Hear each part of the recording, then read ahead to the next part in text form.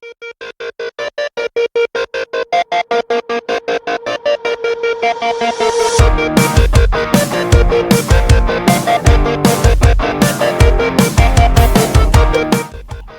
this video, we are going to discuss FOIL, which stands for first, outer, inner, and last. So imagine we have two arbitrary numbers, a and b, and we were to sum that up and multiply that by the sum of another two arbitrary numbers, c and d, that we have represented here by variables. Now, what would be the result? And that's where FOIL comes in, because FOIL says that we have to first start with the first terms, or a and c, multiply that. Then we move on to the outer terms, a and d. Then we go to the inner two terms, b and c. And finally to the last two terms, b and d. So the ending result is this a times c plus a times d plus b times c plus b times d. So now let's look at a quick example of this. So say we had 3 plus 4 times 5 plus 6, and we were going to use the FOIL method.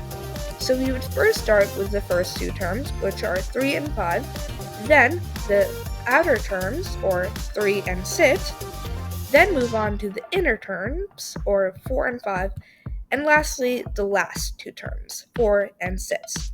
So then, we would have 3 times 5 plus 3 times 6 plus 4 times 5 plus 4 times 6. We know 3 times 5 is 15, we know 3 times 6 is 18, and we know 4 times 5 is 20, and 4 times 6 is 24. So we can sum all this up to get 77, or our final answer.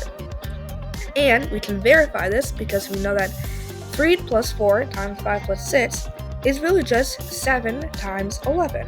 And 7 times 11 does in fact equal 77. So now let's look at why FOIL works. And we'll do that with a visual of a rectangle. So imagine we had a rectangle with side lines a plus b and c plus d. And of course the area would be, well, a plus b times c plus d. But we can also split this rectangle up into 4 different rectangles with their different side lengths.